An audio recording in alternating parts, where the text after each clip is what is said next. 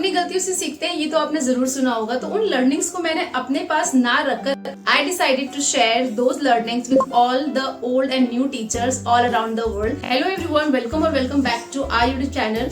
आई am Sapna Jha, आज teacher by profession. जिस bold and confident Sapna को एज टीचर आज आप जानती हो, I swear she was not always like that. As a new teacher मैंने मिस्टेक्स नहीं, मैंने ब्लंडर्स किए हैं, एंड वही ब्लंडर्स कहीं ना कहीं रीजन भी है that today I have turned into a very confident personality. बिल्कुल जरूरी नहीं है कि आप भी सेम ब्लंडर्स रिपीट करो एंड कुछ लर्न करो। We learn from each others mistake and today I am going to share a few blunders which I made, जो अगर आप न्यू टीचर हो तो आपको बिल्कुल ही अवॉइड करना है। सबसे पहली चीज which I regret till date, that is sharing your feelings, your emotions with anybody in the school। जब आप नए टीचर होते हो, you go through a lot emotions, आपको बहुत चैलेंजेस फेस करने पड़ते हैं, आपको बहुत इमोशंस अप एंड डाउन होता है, बहुत सारी चीजों को आप गो थ्रू करते हो। और उस इमोशन के टाइम पे जैसे ही किसी ने आपसे थोड़े से प्यार से बात कर ली ना, तो आप बिल्कुल ही बह जाते हो and you start sharing your feelings. So same happened with me. I struggled and I faced so many challenges as a new teacher, which I already shared in my previous videos, which you can check it out.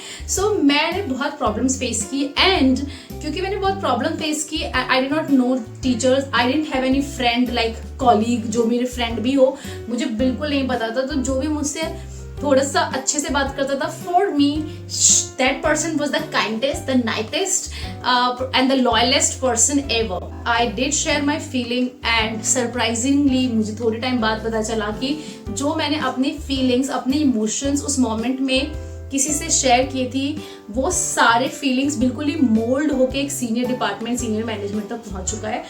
This incident told me कि भाई साहब रुक जा, थोड़ा time ले। If you are a new teacher, just take a little time, है थोड़ा time लो, एक दूसरे को जानो, पहचानो, थोड़ा सा और टाइम स्पेंड करो और अपने इमोशंस पे अभी काबू रखो। स्कूल्स में बिल्कुल भी अपने फीलिंग्स को एक्सप्रेस मत करना जब तक आप 70 to 80% श्योर ना हो जाओ कि जो सामने वाला इंसान है, हाँ ये ट्रस्टवर्दी है।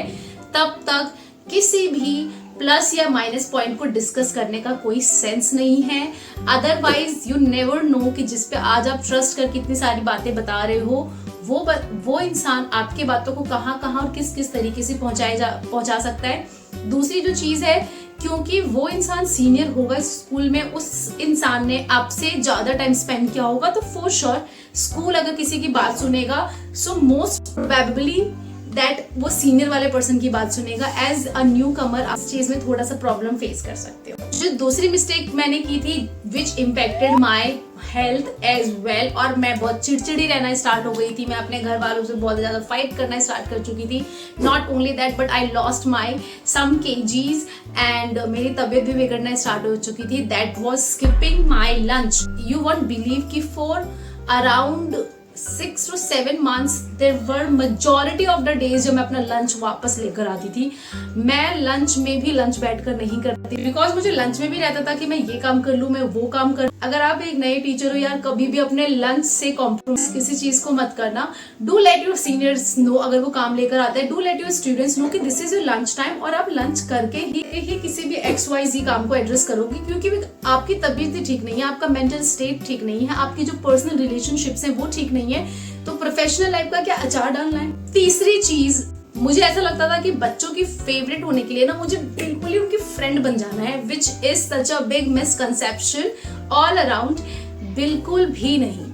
अगर वो बच्चा अच्छा है ना, तो ट्रस्ट मी, अगर आप स्ट्रिक्ट हो रहे हो, आप फर्म हो रहे हो, एंड फ्रेंडली एंड फर्मनेस का जो कॉम्बिनेशन ना उसको बैलेंस कर रहे हो, तो वो बच्चा समझेगा, वो बच्चा आपको फिर भी रिस्पेक्ट करेगा, वो बच्चा फिर भी आपको एडमायर करेगा, एंड बच्चा आपको फिर भी लाइक करेगा। So as a new teacher मेरे मन में हमेशा ये रहता था कि यार मैं ना कुछ इनको उल्टा जवाब दे दूंगी, अगर मैं इनको कुछ बोल दूंगी कि आप पढ़ क्यों नहीं रहे हो, अगर मैं इनको कुछ पूछ लूंगी कि आप होमवर्क करके क्यों नहीं लाए, आपकी नोटबुक सबमिट क्यों नहीं है, अगर मैं थोड़ा फर्म हो जाती हूँ, थोड़ा स्ट्रिक्ट हो जाती हूँ, तो हो सकता है कि वो बच्चा मुझे पसंद नहीं करेगा। ये यहाँ से निकाल। मैंने अपने इनिशियल टीचिंग फेज का बहुत सारा टाइम इसी मिसकंसेप्शन में वेस्ट किया एंड आई रियली रिग्रेट कि जो लेसन्स मैंने उस टाइम पर बच्चों को पढ़ाए थे अपने फर्स्ट बैच को, I could have delivered better अगर मैं उनका अटेंशन थोड़ा सा फर्म होकर ग्रैब कर लेती, विच आई टुडे नो कि वो बैलेंस कब करना है। फ्रेंकली आज भी मेरे बच्चे मुझसे बहुत प्यार करते हैं, I am always grateful, touch wood, that I get immense amount of love by almost all of my students। इसका मतलब ये बिल्कुल नहीं है कि मैं उनको डांटती नहीं हूँ, इसका मतलब ये बिल्कुल नहीं है कि मैं फर्म नहीं हूँ, इसका मतलब ये बिल्कुल नहीं है कि मैं उनको पढ़ा नहीं रही हूँ, नहीं। But now I have come to know कि वो बैलेंस होना बहुत जरूरी है। जो नेक्स्ट मिस्टेक है, और ये मुझे पता है कि सिर्फ मेरी मिस्टेक नहीं है, जब मैं आज भी अपने स्कूल में न्यू ज्वाइनी से मिलती हूँ या मैंने उनको देखा है, आई सी माई सेल्फ इन देम कि मैं भी जब मैंने स्कूल ज्वाइन किया था, I wanted to learn and do like I wanted to be perfect in all aspects in just one go. मुझे लगता था कि अगर मैं कुछ काम करूँ तो मुझसे मिस्टेक नहीं होनी चाहिए। अरे भाई, अगर मैं नई हूँ, मुझे आता नहीं है, मेरे लिए सब कुछ न्यू एक्सपीरियंस है, नया एनवायरनमेंट है, नए लोग हैं, तो how is that even practical कि मुझे सब पता होगा।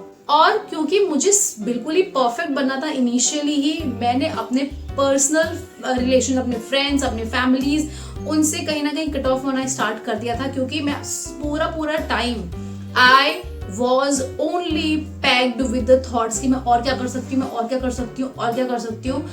There is no problem कि मुझे सीखना था, प्रॉब्लम वो कि मुझे सिर्फ वही करना था, और ये इस तरह से करना था कि मुझे इसमें परफेक्ट होना था कि अगर 10 टीचर खड़े हैं ना, तो उसमें सपना का नाम हाईलाइट हो जाना चाहिए कि सपना कल ही तो आई है और उसने आते ही पूरे स्कूल चेंज कर दिया। प्रैक्टिकली ये पॉसिबल नहीं है। अब I have spent some certain years in teaching, और आज मैं बहुत ही कॉन्फिडेंटली इस चीज को वेलकम करती हूँ कि I don't know and it's okay not to know. But as a new teacher मुझे इस चीज में बहुत ही शेम फील होता था कि मुझे ये कैसे नहीं आ रहा है और मुझे सारी चीजों में परफेक्ट होना है।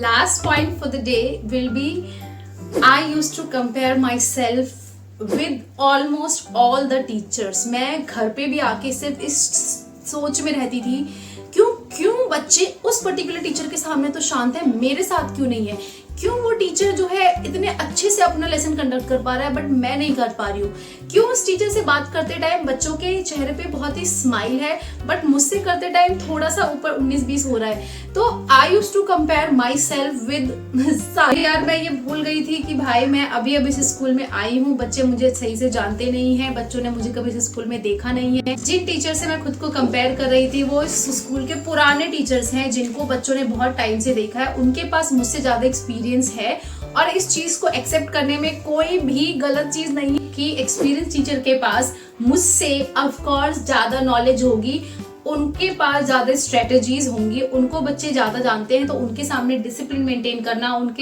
उनके पास जो टीचिंग प्रैक्टिसेस है, टीचिंग वेज है, उनके पास बेटर होंगे कहीं ना कहीं। और इस चीज को एक्सेप्ट करने में कोई प्रॉब्लम होनी नहीं चाहिए थी, जो एज अ न्यू टीचर मुझे समझ नहीं आ पा रहा था, क्योंकि मुझे तो हर चीज में परफेक्ट होना था। और अगर आप भी एक न्यू टीचर हो तो अपने ऊपर इतना स्ट्रेस लेने की कोई जरूरत नहीं है। हाँ, आप बस पॉइंट्स ढूंढो कि कहाँ लर्निंग स्कोप है, so you can learn and do better। I hope my all the mistakes help you and आप भी सेम मिस्टेक करने से अपने आप को सेव करो।